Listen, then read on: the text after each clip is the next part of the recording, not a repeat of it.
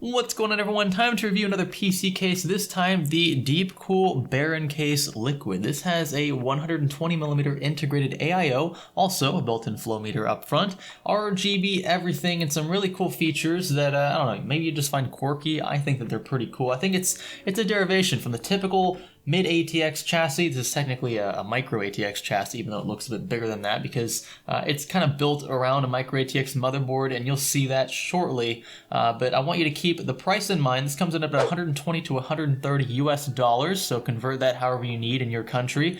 But this is, I don't really know how to rank this like in terms of like value, because there really isn't anything else like this on the market. I want to dive into its features right now.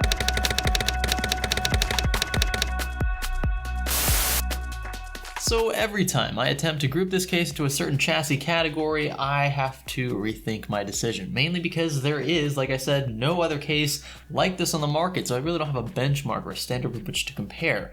I will say though that at 130 bucks, I think this is a decent value for what you're getting just strictly from a feature standpoint. Starting first with the popularized AIO, this is the Deepcool Captain AIO from the Captain 240EX that I've reviewed extensively. You can check out this video right here, by the way, if you want more detail on just the AIO itself. This is the 120mm variant, so the radiator and the fan are mounted both up top. It's kind of weird because they could probably have fit a 240mm right up here, but I think they stuck with the 120 just because they did incorporate the flow meter and they wanted to keep the price down just a bit.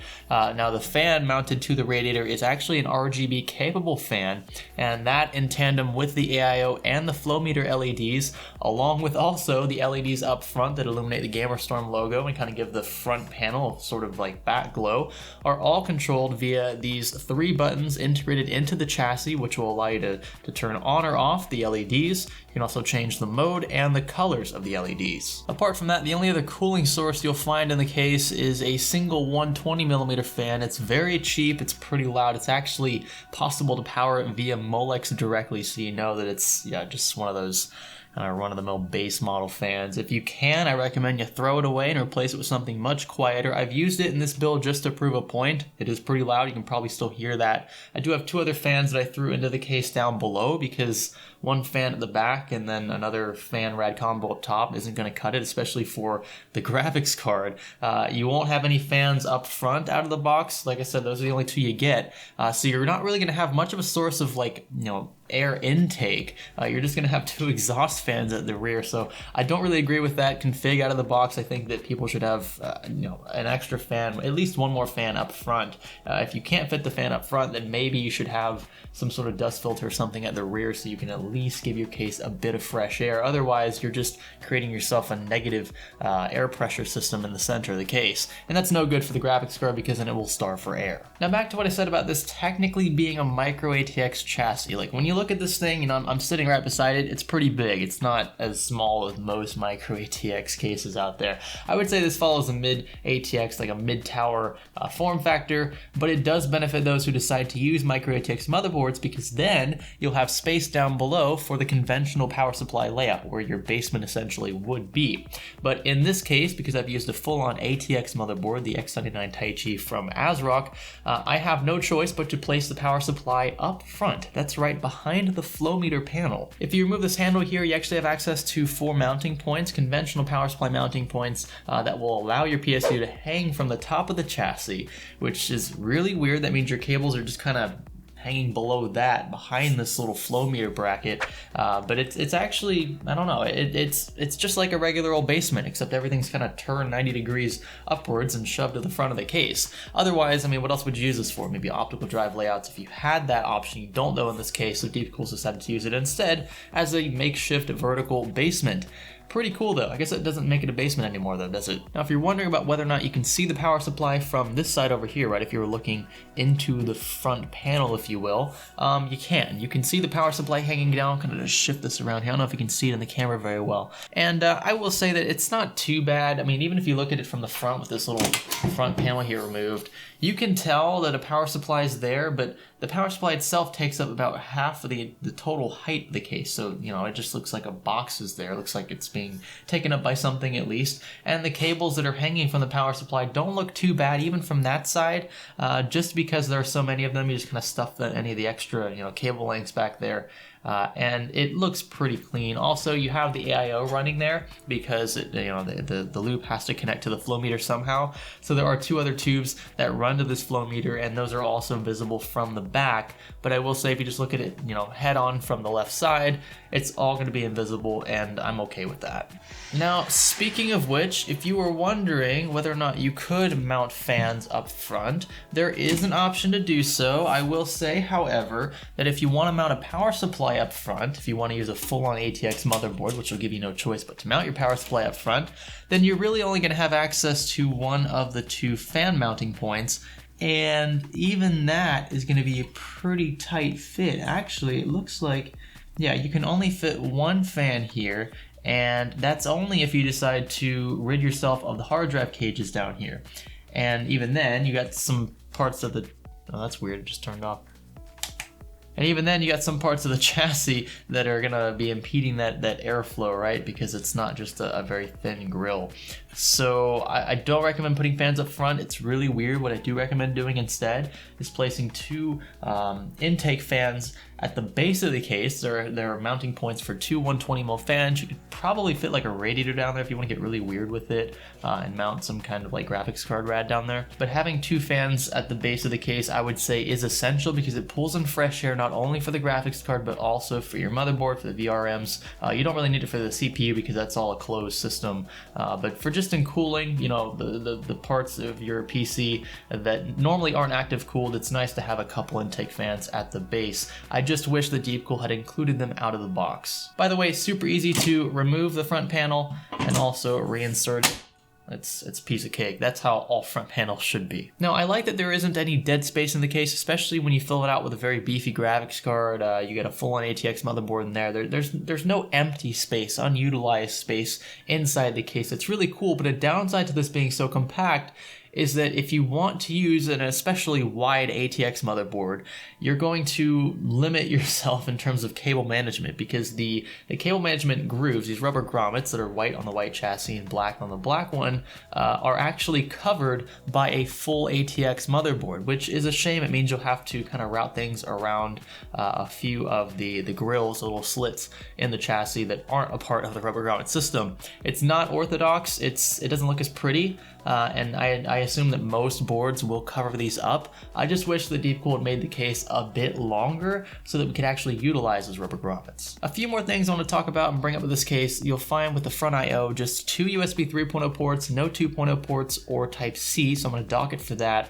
Also, you'll find your audio jack, your microphone jack, and then a dedicated reset switch and a power button. These are shaped like triangles to follow just the little grill cutouts in the front panel. Here there are also triangles running down the side. Also, something I didn't notice, especially in the pictures, but I think is really cool, the tempered glass, which is included with the purchase of this case on the left side panel, is slightly tinted, not too tinted to where you can't see what's inside, as you can see. So it actually looks decent. I don't like the very tinted dark glass, because it's like, what the heck, all you see is your RGB LEDs, and then what's the point, really? You can't show off the hardware, just the lighting. But you also have this kind of weird dot pattern on the edges of the tempered glass that kind of blend things into that like black frame that you really want to look for around tempered glass. Some cases, especially if they're like chassis that have been reused by multiple companies, will just include the glass but no like black frame around the edges, so you see where typical conventional panels would have just slid into place.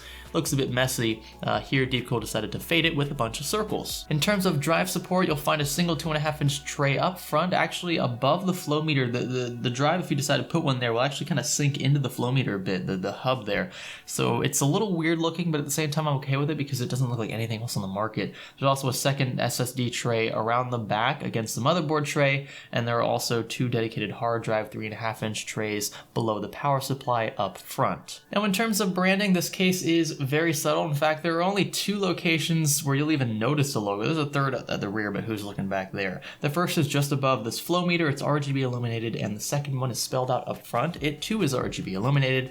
These aren't very big. I don't think that companies that are very confident need big logos. That's just my rule of thumb. Now, overall, in terms of value, I'd give this case an 8 out of 10. If you want to separate the AIO from the actual chassis, then we're looking at maybe $50 to $60 for that. So dock that off the price of $100 120, let's say 130 bucks worst case.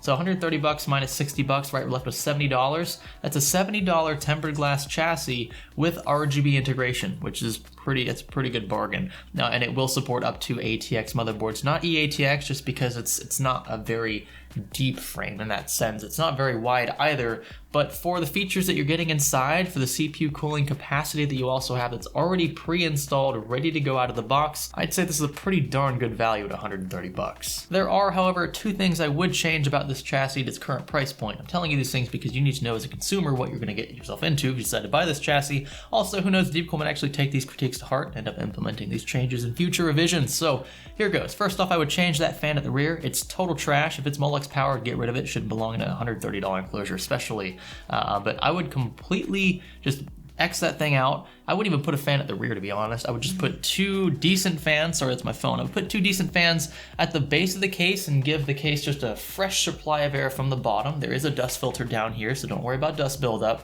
And that should give not only your graphics card a fresh supply of air, but also passively cool your motherboard and give your radiator a fresher supply of air with which to exhaust into the atmosphere. The second critique, it seems like a lot of cases have this critique, especially from me, because when I build in it, I notice that there's not enough room, right? I think that the dimensions are a little too narrow. I don't think there's any harm done by making the case maybe an inch longer or an inch deeper, and then also maybe half an inch wider, especially for the right side panel, so you have a bit more room back there for cable management. Things look really nice. You got the Velcro straps. You've got, optimal mounting points for hard drives and SSDs and what have you.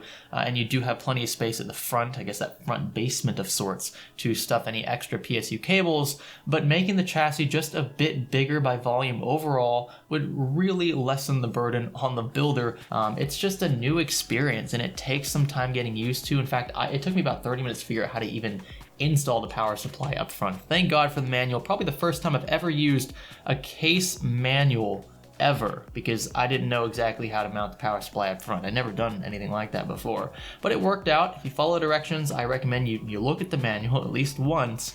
I still think they should widen the case by maybe half an inch or so, and then stretch the length of the case out, or the depth of the case, by maybe an inch. And then I think you'd have adequate breathing room for your graphics card, especially lengthwise, because this card kind of sticks into the flow meter chamber, if you will. And then cable management at the right side is also a bit restrictive. I really took my time, but if someone's just throwing stuff into their case ready to go, they're going to have trouble fitting that right panel on, I will admit it. So maybe changing the volume of the case is a bit difficult to do, right, without completely redesigning it from the ground up, but swapping the fans is something I do hope that they at least take a look at in future revisions of the Baron Case Liquid, because as of right now, airflow is not the greatest. I'm not an airflow Nazi, okay? I don't need, 3 fans up front and like a mesh front panel with every case, but at least try a bit harder than, putting one exhaust fan at the top and one exhaust fan at the rear and calling it a day. That's not going to work for any graphics card you decide to install. But enough with that. I still think Deepcool did an excellent job differentiating the Baron Case Liquid from its competitors. Does it even have competitors? I mean, really, this case doesn't compete with much anything on the market. I mean, come on, what case has a built-in flow meter and RGB everything? It just looks so harmonious. It's not overkill by any means. And at 130 bucks, I think it's a great value. Now, what I want to know next is what you guys think about it. It's so weird. I mean, I don't even know how you guys are gonna receive this case. Do you think that it's something that's going to do really well? Is it something you would consider for a future PC build? Let me know in the comments below. Give this video a thumbs up if you thought it was cool. If you think the video or the case itself is unique, give us one a thumbs down if you feel the complete opposite, or if you hate everything about life. Be sure to click the subscribe button if you haven't already, and stay tuned for more content like this. This is Science Studio. Thanks for learning with us.